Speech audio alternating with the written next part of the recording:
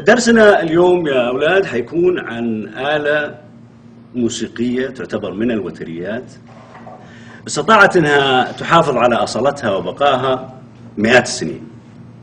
أنا الحقيقة لشدة تعلقي بهذه الآلة طلعت لأوروبا ودرست في إمكانية تطوير هذه الآلة. الأوروبيين اندهشوا جدا للشجن اللي موجود في هذه الآلة. الربابة عبارة عن قوس وصندوق صغير لكن يخرج شيء فيه شجن وعذوبة الدنيا. اسمعوا مننا مقطع بعد إذنكم، ركزوا معي شوي.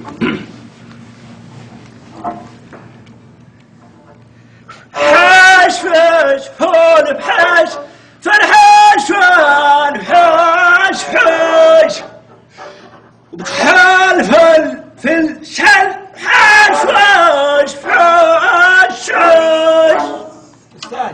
أستاذ ممكن تسحب لنا سحبة شمالية طبعا. ميزة الآلة الربابة إنها تعطيك كل الألوان بذات الشجن. آلة ساحرة. نغير شوي من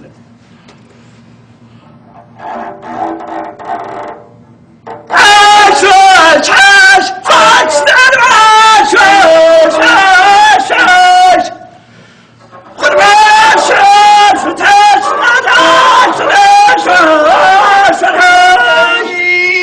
اللي ما يعرف الصقر يا شوي. أنا